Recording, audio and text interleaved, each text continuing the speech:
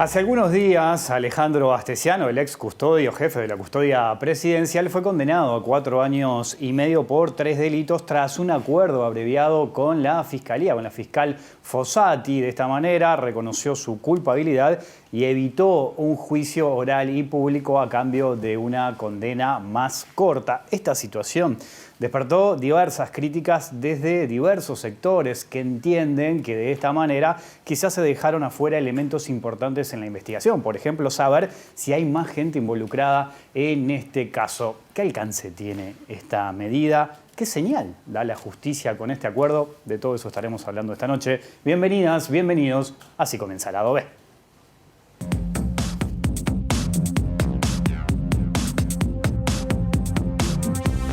La Fiscalía hizo una valoración completa de la evidencia que reunida, que tiene en su poder. Alguna ha sido filtrada y transmitida a la opinión pública a partir de ustedes, otras no. Y el acuerdo, que es un acuerdo muy importante, es un acuerdo que implica una asunción de responsabilidad por parte de Astesiano muy importante. Fíjense que el delito más castigado de todos los que se le atribuyen es el delito de asociación para delinquir, que tiene una pena de 5 años, y estamos hablando de un acuerdo abreviado a una pena de 4 años y medio, una multa de 100 UR y una inhabilitación por 4 años. Se utilizó toda la evidencia. Lo que pasa es que la teoría del caso de la Fiscalía la hace la Fiscalía, no la hacen ustedes a través de sus preguntas y a través de sus inquietudes. Por lo tanto, todos los hechos fueron valorados. Los que a ustedes les parecen importantes y destacan a través de los medios de comunicación no están involucrados con la teoría del caso. Estamos en un sistema de derecho en el cual quien es titular de la acción, en este caso ni siquiera en la mayoría de los hechos hay denunciante, por lo tanto ni siquiera hay otro damnificado que no sea la Fiscalía por su acción. Este acuerdo es exclusivamente entre la Fiscalía y Astesiano. Todas las causas siguen abiertas, todas las investigaciones siguen en curso y puede haber otras personas responsabilizadas.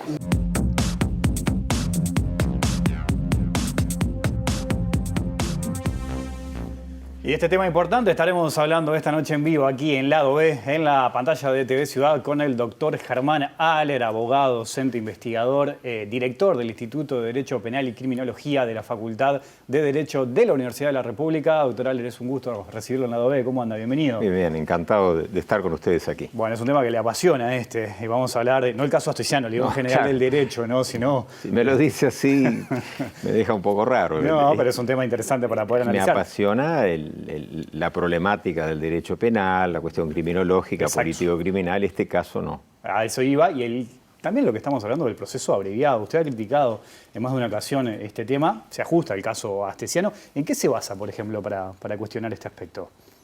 Bueno, lo primero a señalar sería que en lo personal yo soy contrario, lo he sido desde que se propuso a nivel legislativo, de la creación de un proceso abreviado con esta concepción, con este alcance, no la palabra proceso abreviado, que es relativo. El modelo de código original que había presentado al legislativo Dardo Presa Restucia, que ya falleció y que es un muy buen trabajo, no tenía el proceso abreviado, lo cual el legislador estaba perfectamente legitimado a crearlo y ponerlo, y de hecho fue así. Pero fue un agregado que se hizo y que a mi modo de ver no quedó debidamente armonizado con todo el resto de lo que es la parte funcional del proceso penal. Y inicialmente tenía un proceso, digamos, breve, escueto, pero de orden extraordinario. Y si nosotros nos fijamos, el abreviado no es un proceso extraordinario, sino que se transforma en el mecanismo cotidiano. Que haya un proceso abreviado y que se aplique a este caso astesiano, pero que haya un proceso abreviado en sí es aceptable, pero tendría que estar acotado para determinadas situaciones. Situaciones que pueden ser de delitos tanto reducidos de envergadura pequeña como también grande, pero en situaciones donde quede claro además, entre otras cosas, que no hay otras connotaciones, que no hay ya más personas involucradas, y sí que se cierra ahí. Pienso en un siniestro en el tránsito vehicular, en que incluso puede haber muertes, por lo tanto puede ser un delito importante, como eventualmente en un caso como este, pero a mi modo de ver, para mí tendría que haberse llegado bastante más lejos. De todas maneras, yo quiero ser muy claro en eso, que uno esté en contra de esta estructura del proceso abreviado, que alguna modificación tuvo en la LUC, pero lo limitó un poco, pero fue muy escaso eso. La fiscal, cuando lo plantea aquí y llega a ese acuerdo, actúa con forma de derecho. Eso es indiscutible. Lo que uno plantea no es el obrar en sí estrictamente de esta persona, es decir, de la fiscal actuante, de la doctora Fossati, sino directamente que para mí este tipo de casos no podrían estar abarcados por un proceso abreviado y que tendría que reservarse, podemos entrar en más detalle, pero para casos muy distintos que este, pero no para este tipo de situaciones. Y si se iba a llegar a un proceso abreviado, creo, pero esto no se lo podemos imputar a la fiscal, sino en un cambio, digamos, de lo que denominamos de ley ferenda, es decir, hacia el futuro, modificarlo para que no sea en esta instancia, sino mucho más adelante, de modo tal de no inhibirnos como sociedad, y desde el punto de vista también jurídico, por supuesto, de saber mucho más de lo que ha pasado, de investigar. A ver, yo no sé si investigar más, porque cuando uno ve incluso la nota que ustedes pasaban, el fiscal dice que ha investigado, lo que yo no puedo saber porque no estoy allí, pero que ha investigado mucho o lo suficiente. Puede ser, yo no descarto que sea así, pero aun cuando sea así, yo creo que este es un tema en el que obviamente podría haberse barajado incluso otro tipo de posibilidades, quizás otros delitos que yo no me atrevería a decir está tal o cual, porque no tenemos un conocimiento y es lo que hemos perdido, la posibilidad de ese conocimiento grande, importante. Yo lo decía hace poco en una nota de prensa y lo voy a repetir porque me parece que me salió bien como lo dije, ¿no? El ciudadano común y corriente, que somos todos al fin, yo no creo, más allá de cualquier tipo de cuestión política que yo dejo acá de lado, que puede quedar satisfecho con terminarlo acá. Para mí había que continuar. Inclusive, usted habrá visto que a través de su portavoz o abogado, varias veces Astesiano, negó su responsabilidad frente a hechos supuestamente criminales. Y ahora admite, unos, otros no, pero aquellos en los que ha acordado, pero los admite. Entonces, en realidad ese es el precio que tiene que pagar para poder llegar al abreviado, tiene que admitir. Y se nos priva a nosotros de la posibilidad, y por supuesto al justiciable en este caso, de haber mantenido, yo no sé si es inocente o culpable, lo es ahora por una resolución a través de un proceso abreviado, pero no tuvimos un juicio detrás, no hubo un juicio plenamente hablando. Y se le priva a la persona, en este caso Astesiano y cualquier otro ciudadano, de la posibilidad de arribar a una absolución o a un fallo de condena, pero en otros términos. Es decir, el abreviado hay situaciones en las que puede hasta llegar a funcionar bien. Yo no soy partidario de él, pero puede haber algunos casos donde más o menos se justifique, no este tipo de casos. Pero reitero, al juez ni lo he mencionado porque nada podemos decir porque solo homologa. El juez solo toma la decisión en el sentido de aprobar lo que viene hecho, pero no entra en el fondo del tema en cuanto a revisar culpabilidad o no. No ha manejado prueba, sino una serie de insumos que da el Ministerio Público, pero no ha tenido que valorar la prueba estrictamente hablando, y por lo tanto el juez, salvo que encuentre algo, un error muy grosero, un disparate, o que la persona no sea esa, o que sea una persona que no capta la dimensión del acuerdo que ha tenido, es decir, que no haya algo realmente disparatado, el juez no tiene ninguna otra posibilidad que homologarlo. Por eso es que sostenemos que cabalmente no es un proceso penal, no es un juicio, no es una valoración desde el punto de vista judicial, sino más bien una negociación en la que se llega a un acuerdo. En ese sentido, vale aclarar que obviamente que este proceso abreviado no es un juicio, son cosas distintas. ¿Usted considera que en este proceso, o sea, se pueden dejar por el camino elementos importantes en la investigación? Por ejemplo, saber si hay más gente involucrada en este caso. ¿Esa es la lectura también que hace de este tema? Sí, la fiscal sostiene que ella ha investigado de todo, entonces yo no me animaría a decir que ha dejado que no, porque no lo sé. Lo que sí puedo decir es que por lo menos queda claro que no ha quedado sujeto a la valoración del juez. Eso está claro, ¿no? Sin equívoco. El juez no ha valorado ese tipo de cuestiones, el valor de la prueba. No hay probanza propiamente dicha. No hay una etapa de prueba en el sentido cabal, estricto, sino que tenemos una serie de insumos, de indiciarios probatorios, que son los que llevan a la persona, en este caso a Astesiano y su abogado, a concluir que les puede servir llegar a un acuerdo. En aras de liquidar el tema, o de obtener una pena, no sé, el razonamiento puede ser cualquiera, eventualmente una pena en esta inferior, porque si no, eventualmente, hipotéticamente, se le pudiera haber imputado algún otro delito. Es un interrogante, yo no lo sé. Y en este caso concreto en el que el periodismo además está jugando un papel importante en el sentido de dar a conocer, por ejemplo, distintos chats e informaciones, ¿no es un elemento importante tener en cuenta a la hora de tomar esta decisión? Decir, bueno, quizás mañana aparecen nuevos elementos, nuevos chats, que permitiría seguir investigando. ¿No se puede haber tenido en cuenta eso? Sí, yo creo que se debe haber tomado en cuenta y se habrá ponderado, ¿no? Porque no escapa al razonamiento de cualquiera. Lo que sí me da la impresión de que esto, por supuesto, liquida todo tipo de gestión judicial penal sobre Astesiano, no sobre otras personas, sobre Astesiano, vinculado a los temas que se ha acordado. Y eso lo liquida. Entonces ahí, así aparezca alguna otra noticia de crímenes, pero ya estaría abarcado. Sería distinto otras conductas criminales si las hubiese, no lo sé si las hay, no me compete a mí decirlo. Sé que hay una indagatoria ahí en camino sobre potencial lavado de dinero. Eso sí no estaría abarcado, por ejemplo. Me quedo con algo que mencionaba recién, ¿no? De cómo lo podía llegar a tomar la gente, este tipo de casos. ¿Qué señal cree que está dando la justicia con esta resolución en este caso importante? La señal no la da el juez ni la fiscal, la da la ley.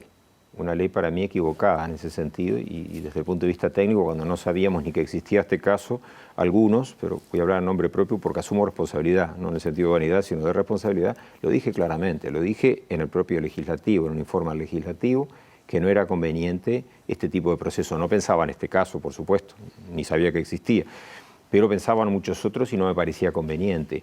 Luego también lo seguimos cuestionando y de hecho, si usted se fija, hubo o hay, no sé en qué situación está, un grupo de trabajo de algunos legisladores para modificar aspectos del proceso penal y este era uno de los tópicos que tenían en carpeta, no sé bien en qué quedó. Y de hecho, también en la propia LUC se introdujo algún cambio pequeño, no muy grande. ¿Qué quiere decir? Que el propio legislador, hablo del legislador in totum, no como si fuese un partido o un grupo, sino el compendio de ellos, porque de hecho aquel código cuando se aprobó y se incorporó en una modificación inmediata el proceso abreviado, tuvo los votos de muy distintos partidos. Quiero aclarar, una mayoría total, absoluta. Entonces lo que quiero señalar es que el legislador, yo creo, es una opinión mía, puedo estar francamente equivocado, no debe estar tan conforme con el resultado del abreviado cuando ya lo retocó hace no mucho y tiene un grupo de legisladores pensando, entre otros tópicos, en la problemática que da el abreviado. Yo creo que este caso puede ser un caso importante a efectos de volver a revisar la operativa de este proceso abreviado. O sea que este caso podría generar, dice usted, una discusión o volver sobre esta efectividad de este recurso. Anhelo que así sea. Si va a ocurrir, no lo puedo saber. Ahora, para valorar este recurso, ¿no sería también interesante ver cuántas veces se utiliza, qué porcentaje hay? No sé si hay datos. El abreviado, muchísimo. No le puedo decir la cifra ahora porque ha habido algunos cambios, pero por supuesto que es la absoluta mayoría. Y para no equivocarme, para no decir el 90% de equivocarme, digamos más del 80% de los casos se resuelven con procesos abreviados. El gran argumento que tiene este sistema de proceso abreviado para mantener su talante, para no ser modificado estructuralmente, es el beneficio que da por la eficiencia. Pero eso es un tema discutible en todos los sentidos, tanto en lo filosófico como en lo práctico, porque nosotros no podemos pretender cambiar una, entre comillas, mayor eficiencia por un sistema más deficitario desde el punto de vista de garantías. Porque no hay nadie que, aún los partidarios de este proceso abreviado, nadie le puede afirmar seriamente que da las mismas garantías que un juicio, llamémosle oral y público, porque tiene ese nombre, juicio al fin. Esto no es un juicio, es un acuerdo entre partes. Un acuerdo que a veces puede hasta parecer leonino, si puede parecer en el que el individuo se vea casi que constreñido, legítimamente, es decir, lícitamente, pero constreñido a aceptar esto o cernirse sobre él una amenaza de una pena muy grande. Entonces el individuo acuerda. Por supuesto que hay que barajar no solo el alto porcentaje que tiene, sino también la problemática que plantea. Es verdad que resolvemos los casos más rápido, pero atención, si el verdadero objetivo era resolver los casos más rápido, podíamos tener un proceso que no sea este, un proceso, para no decir abreviado y confundir al que está viendo el programa, ¿no? Un proceso sumario, extraordinario, más reducido, acotado, en el cual no haya toda esta renuncia de garantías y, entre otras cosas, no quede obligado el individuo a reconocer que es culpable. Sí dar por buena cierta prueba, sí llegar a algunos acuerdos, renunciar a algunas etapas, a algún recurso, todo eso se puede hacer. Eso es aceptable, porque de hecho se puede hacer en un proceso de otra índole. Y entonces tener un proceso más breve, para no decir abreviado, otro, como el que teníamos casi originariamente en el modelo de código, un proceso extraordinario y sumario, que ayude a descomprimir en parte, pero al mismo tiempo, si el gran problema es que el Ministerio Público, porque cuando lo dicen los fiscales tienen razón en esto, si se le quita esto no daría abasto, entonces lo que tenemos que hacer es dar al Ministerio Público las herramientas para que con un proceso completo y, como dirían los franceses, comme il faut, y como debe ser, se cumplan las garantías en todos los justiciables, porque si no quedaría el abreviado para aquellas personas que, entre otras cosas, por ejemplo, no puedan recurrir a una defensa, sea pública, gratuita o privada, que pueda realmente llevar adelante su caso y termine acordando rápidamente en un abreviado, manejando las cosas como puede. Y se puede dar además que en ese abreviado la persona acepta, reconoce la culpabilidad, acepta la pena, y quizás puede ser distinto al juicio oral y público. Quizás en el desarrollo del juicio la pena puede llegar a ser menor de lo que se le termina otorgando. Claro, no podemos tener una estadística cabal porque no llegamos a situación, se corta ahí. Pero es dable suponer, y uno observa algunos expedientes en los que queda claro que el individuo, a mi modo de ver, ¿no?, que el individuo ha acordado algo que es excesivo en relación a lo que podía tener. Es decir, acuerda un delito que no era claro que se podía probar. No estoy hablando de si lo cometió o no, estoy hablando de cómo funciona el proceso. Que no quedaba claro si se iba a probar, o incluso acordar una pena superior o más tiempo de reclusión del que podría haber obtenido en un juicio. Ahora, esas no dejan de ser conjeturas y suposiciones que uno hace. No tenemos una estadística para ponerle nombre a eso. Pero bueno, uno más o menos, aunque yo estoy jubilado de la abogacía, pero no de la docencia, pero con 30 y pico de años de ejercicio, uno más o menos algo ha aprendido, ¿no? La fiscal Fossati, en una entrevista con El Observador, una entrevista en la que ella envía las respuestas escritas, no fue un diálogo que mantuvo con el periodista, ella señaló estar muy satisfecha con el acuerdo y de hecho dice que se alcanza 4 años y medio cuando, si se iba por un juicio, la pena máxima eran 5 años. También maneja y vuelve a insistir en que no contaba con los recursos necesarios como para poder desarrollar este caso en otras instancias. ¿Qué valoración hace de eso? Sí, lo he visto. Respecto de que esté de acuerdo, bueno, es loable suponer, si no está de acuerdo ella, que fue la que llega a ese acuerdo, estamos complicados, ¿no? Entonces, sí, evidentemente debe estar de acuerdo. Uno parte de la base de que entonces ella no pensaba que había otros delitos. Si fuese esto así, entonces el acuerdo al que ha llegado de 4 años y medio frente a un máximo de pena de 5 años, cualquiera va a decir, sí, el acuerdo no es malo.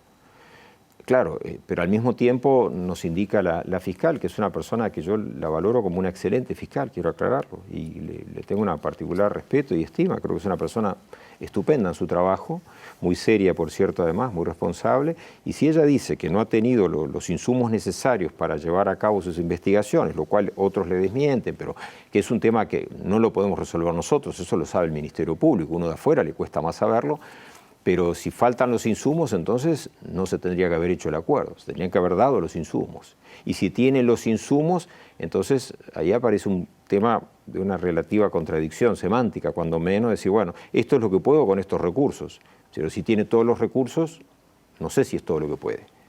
Yo creo que ahí, yo no le endilgo una falla en esto a la fiscal en absoluto, para nada. Yo lo que creo es que en buena medida desnuda las carencias que tenemos operativas. Carencias operativas que se ven en este caso porque está mediatizado, pero en cuántos otros a diario, permanentemente, sistemáticamente. Entonces yo creo que este caso puede servir como mascarón de proa para poder individualizar este tipo de problemática. Esta mañana el fiscal de Corte, Juan Gómez, en Radio Mundo también apuntó a ese planteo, ¿no?, de la falta de recursos. De hecho, dijo que desde la Fiscalía se le otorgó lo que tenían al alcance de la mano para que la fiscal pudiera trabajar de manera correcta. En ese sentido también, ¿qué valoración hace de esto que estamos hablando? Son dos versiones completamente distintas. La verdad es que yo no puedo, no es fácil tomar partido. Las dos personas son gente que tiene una carrera sólida, son gente seria en todo sentido. Uno dice que tiene todos los recursos y la otra dice, no, yo no tengo todos los recursos. Creo que en realidad están discutiendo distintos recursos. Recursos, me refiero no de recursos procesales, ¿no?, sino para mí están discutiendo distintas cuestiones. Yo creo que la fiscal lo que está diciendo es que lo que tienen en general los fiscales no es suficiente y lo aplica a este caso. Y el fiscal general que le está diciendo, usted tiene los recursos que tienen todos los demás, que no son suficientes tampoco. Claro, ahí volvemos de vuelta a la discusión con el compromiso político de, sobre todo, recursos, legislación. Ahora, ¿están dadas las condiciones también para poder, a partir de este caso, replantearse un montón de aspectos de la justicia sobre estos casos puntuales, por ejemplo? Yo creo que sí, con duda le contesto, no es una afirmación rotunda. están dadas las condiciones en el sentido que estos casos, si para algo sirven, es para demostrar carencias, deficiencias. Uruguay tiene una justicia, en términos generales, yo diría muy buena, pese a todos los inconvenientes. Estos son los inconvenientes. Es decir, nuestro problema no es que tengamos malos jueces, malos fiscales. Nuestro problema es que hay buenos y hay malos, pero promedialmente, tenemos un muy buen nivel promedialmente. El gran problema que tenemos es la falta de recursos. Y entonces, permítame volver a lo anterior. Esto es lo que está demostrando, de alguna manera, aunque no lo diga directamente, yo me permito inferir de las palabras de la propia fiscal que llega al abreviado porque no puede seguir lo otro. Y si siguiese lo otro, ¿habría llegado a esta pena? Bueno, no lo sé. Y no sé si ella lo sabe. De repente ella investigó todo y aún en un proceso definitivo, oral y público, no podía llegar a más que este arreglo, en cuyo caso tiene razón hoy, pero no lo vamos a poder saber. No lo vamos a poder Más saber. allá de los recursos a los que apunta la fiscal Fossati, ¿no considera que ese tipo de declaraciones, es decir, no puedo seguir porque no tengo recursos, puede generar sospecha en la población en un caso tan importante? Bueno, va en la forma de ser de cada uno. Yo qué sé, yo no declararía eso, pero no puedo decir que esté mal tampoco. ¿Qué declararía usted, por ejemplo? No soy fiscal, primer punto. Nunca fui fiscal, nunca tuve vocación para fiscal. Como abogado he sido denunciante, que es generalmente más duro que el fiscal, quiero aclararlo, ¿no? Y he sido denunciante y he sido defensor. Yo qué sé, a mí me da la impresión, porque además sé que es una persona realmente muy buena en su profesión y en su oficio, yo creo que ella da la cuota de tener una gran preocupación de que no está trabajando en la forma que ella considera que es adecuada. Creo que es la expresión de eso. Y que nosotros quizás le damos un alcance muy hacia afuera, pero en realidad hay un gran problema interno del propio Ministerio Público. Lo cual quiero advertirlo, en realidad es un problema que el que lo tiene que resolver es el Legislativo y el Ejecutivo, ¿no? Pero el Legislativo desde el punto de vista presupuestal. Mientras tanto seguiremos discutiendo y pasándose la pelota uno al otro. Y en cierta medida tienen razón los dos. Yo no puedo decir que Gómez lo que haya dicho sea incorrecto. No tomo la posición del medio, es que creo que los dos lo que están diciendo es verdad desde un ángulo distinto. Hay uno que tiene que administrar todo el Ministerio Público y no la tiene nada fácil, y la fiscal que tiene un caso concreto que ve, que la desespera y que de alguna manera el tema la va superando en cuanto a sus posibilidades de recursos, porque en esto no me apego estrictamente a lo que ha dicho, que además puede haber sido una forma de expresión en el momento y nada más, tampoco a veces hay que darle a las cosas tanta trascendencia, pero tomemos en cuenta las otras expresiones de ella a lo largo de toda esta investigación en la que repetidamente insistió en ese punto, ¿no? ¿O estoy equivocado? ¿Sí o no? Sí, ha hablado bastante el tema, bueno, sí. Entonces, ella es insistente en esto. Puede tener razón. ¿Usted cree que hubo presión sobre la fiscal? Es un caso del que se ha hablado mucho. No lo sé. Hay una presión social y mediática indubitable de cualquier bando que se quiera asumir como presión. Indudablemente ha habido presión. Otro tipo de presión, quiero suponer que no. ¿No lo descarta? No descarto nada. Pero no parto de esa base. Yo he trabajado muchos años en la justicia y por supuesto que como todo puede haber cosas, pero nosotros podemos, creo yo, bastante tranquilamente vanagloriarnos de tener una justicia no solo honesta, porque acá no hablamos de deshonestidad, sino en términos generales que aun cuando se le quiera presionar, generalmente no responde a la presión. Por lo menos no de la forma que se pretende. Pero bueno, yo qué sé. Eso, a veces, la vida tiene de malo que parece ser corta, ¿no? Pero tiene de bueno que en esa cortedad de la vida muchas veces con el tiempo después se averiguan cosas, ¿no? No sé si este es el caso. ¿Y qué se podría averiguar en este caso? Bueno, sí. Yo hubiera preferido, entre otras cosas, un poco más de tiempo para saber más acerca de las actuaciones de este personaje. O sea, ¿usted considera que todavía pueden aparecer nuevos elementos importantes del caso Tiziano? Con todo lo que aparece, pero lo que voy a decir está en el borde de lo histriónico, ¿no? Con todo lo que ha aparecido, si no aparece nada más es porque en el ámbito, sea desde lo mediático y lo social, porque mediático no solo ustedes periodistas, mediático a esta altura, redes sociales y todo lo demás, aparece algo, digamos, que llame más la atención, porque era una tras otra todo el tiempo que aparecían cosas, y una competencia a cual peor. A mí hasta en algún momento se me representó en la cabeza la idea de un personaje de película española que era Torrente, ¿no? Sí.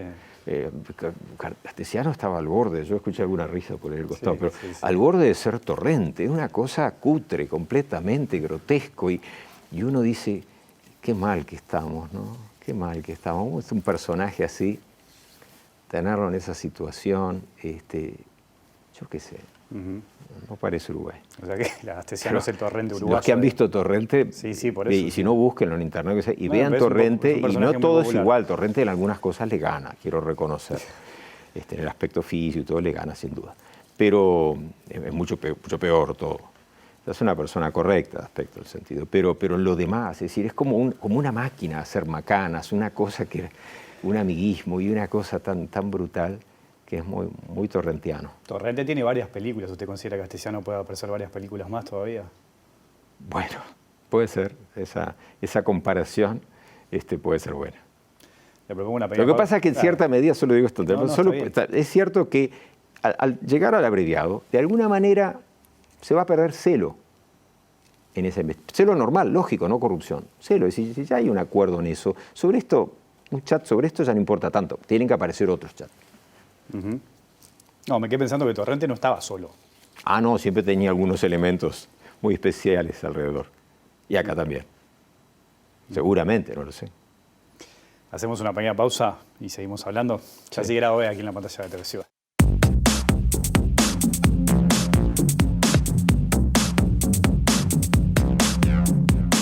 Estamos en vivo aquí en Lado B, en la pantalla de TV Ciudad, conversando con el doctor Germán Aller. Desde hace un tiempo usted viene impulsando o manejando la idea de un Ministerio de Justicia acá en el Uruguay.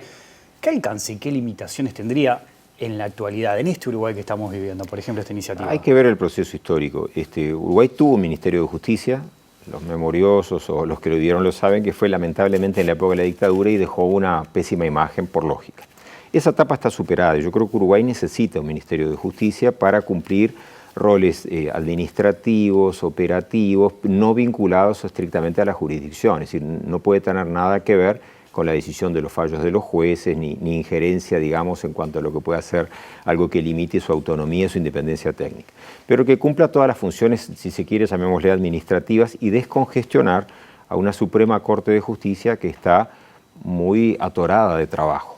Yo creo que no solo eso, yo creo que Uruguay, además de un Ministerio de Justicia, pero bueno, es una idea que por supuesto no quiere decir que prospere, Uruguay ya necesitaría a esta altura no solo tener la Suprema Corte de Justicia con una sala, tendría que tener otra sala, tendría que tener no dos Supremas Cortes, una Suprema Corte con dos salas, como los tribunales de apelaciones son varios, bueno, tener dos, una abocada, hay que ver cómo se divide, pero una a las causas estrictamente civiles y otras a causas penales y eventualmente que tome también lo aduanero, bueno, se puede dividir la jurisdicción, pero Uruguay tendría que ir haciendo lo que otros países hacen, no hay que en esto que inventar nada. Ahora, para crear un Ministerio de Justicia se necesitan recursos, lo que no quiere decir que sea necesariamente tan caro. Yo no soy experto en economía, pero ¿por qué? Porque en realidad hoy día lo que estamos haciendo es abarcando todo en la Suprema Corte de Justicia y de alguna manera eso también insumiendo costo operativo, es decir, que tendría que poder dividirse y, aunque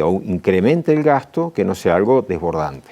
A mí me parece que debería ir trabajándose eso con tranquilidad y en serio, buscando acuerdo político, porque no puede ser una acción de un gobierno como tal, sino una decisión grande desde el punto de vista estatal, ¿no? A propósito del acuerdo político, yo he escuchado a legisladores de distintos partidos que coinciden con esto de tener un Ministerio de Justicia, pero juega en contra, si se quiere, dos antecedentes, el de la dictadura que usted mencionaba recién y el del presupuesto. Son como los dos elementos que los legisladores dicen, bueno, no puede seguir adelante por ese mismo aspecto. ¿Se podría dejar de lado eso, de todos modos, a la hora de plantear esta situación? El capítulo histórico sí se puede dejar de lado, primero porque ha pasado muchos años y segundo porque el problema es que lo que hizo en tiempo de la dictadura fue manosear el concepto del Ministerio de Justicia. Entonces simplemente pensemos que un país como Francia, que no está en duda su democracia, y tantos otros en el mundo, para hablar de la cultura de la que provenimos nosotros, por eso menciono Francia, pero muchos otros países europeos, incluso en América, tienen Ministerio de Justicia y no se asocian en absoluto a nada autoritario ni dictatorial. Así que no hay problema por ese lado. Lo económico, claro que es un problema, por supuesto, pero es verdad también que ganaríamos mucho en la calidad operativa de la Suprema Corte de Justicia y eso redunda en fallos más justos, que obviamente se trasladan ya no solo estrictamente a la labor de la Suprema Corte de Justicia, con una o dos salas, las que sean, sino que en definitiva caen en cascada a todo el resto, tanto tribunales como jueces letrados. En Uruguay tenemos un problema grande. Pero es verdad que presupuestalmente hay que hacer una inversión, sí, por supuesto. Sí, tenemos un problema grande acá con las cárceles, ¿no? En ese sentido, ¿las cárceles entrarían dentro de este Ministerio de Justicia? ¿Cómo funcionaría? Depende, hay países que la tienen dentro del Ministerio de Justicia y otros que lo tienen como un ente totalmente aparte. Podría estar perfectamente en el Ministerio de Justicia estar las cárceles, eso perfectamente podría estar. Hay quienes sostienen que en un Ministerio de Justicia podría estar la Defensoría Pública de oficio y otros sostienen que tendría que ser un organismo aparte. Yo creo que eso sí se puede discutir, admite réplica y dúplica, que se puede ver, se puede hacer un proceso también, incluso pensando en la parte, en lo económico, ¿no? Para no hacer un cambio muy profundo que signifique tantas erogaciones. Pero un poder de justicia, podemos no ponernos de acuerdo ahora, pero va a ocurrir, va a pasar. Si no es ahora, será para no poner periodos electorales dentro de 4, 8, 7 o 15 años, pero va a pasar. Tarde o temprano va a pasar. Lo impone la vida. Usted criticó en su momento los cambios que propuso la LUC en materia de seguridad pública. ¿Cómo ha visto la evolución en este último tiempo de esos temas? Y en términos generales, las críticas, yo no hablo de lo que fue el debate o críticas que estuvo más en el campo de lo político, sino desde el punto de vista de lo técnico, y se ha ido dando más o menos, casi totalmente, no digo 100%, los cuestionamientos que se formulaban desde el ámbito académico. Es decir, que las figuras que se crearon a través de la LUC no son figuras verdaderamente operativas para la represión del delito. Si uno se fija, mucha gente cuando uno dice esto lo toma mal o se enoja, pero vamos a ser sinceros, no tiene nada que ver con la resolución de los delitos estrictamente la idea de un delito específico para la persona que de alguna manera desacredita la autoridad. Eso no, es una conducta que ya existía como delito y de hecho era y sigue siendo, aunque con otro nombre, una conducta criminal de escasa entidad. Entonces, es muy difícil establecer que esa sea una herramienta político-criminalmente que vaya más allá que el marketing. Fue más una imagen que se quiso dar, yo lo digo respetuosamente, pero es así. Fue más un marketing que otra cosa. El cambio nos llevaría toda la noche, esto quiero aclarar. Entonces, muy a guisa de ejemplo y nada más, el cambio de la legítima defensa, que fue un buque insignia de la LUC, ¿verdad? Además era el primer artículo. Pero no solo por ser el primero, es que lo han dicho además.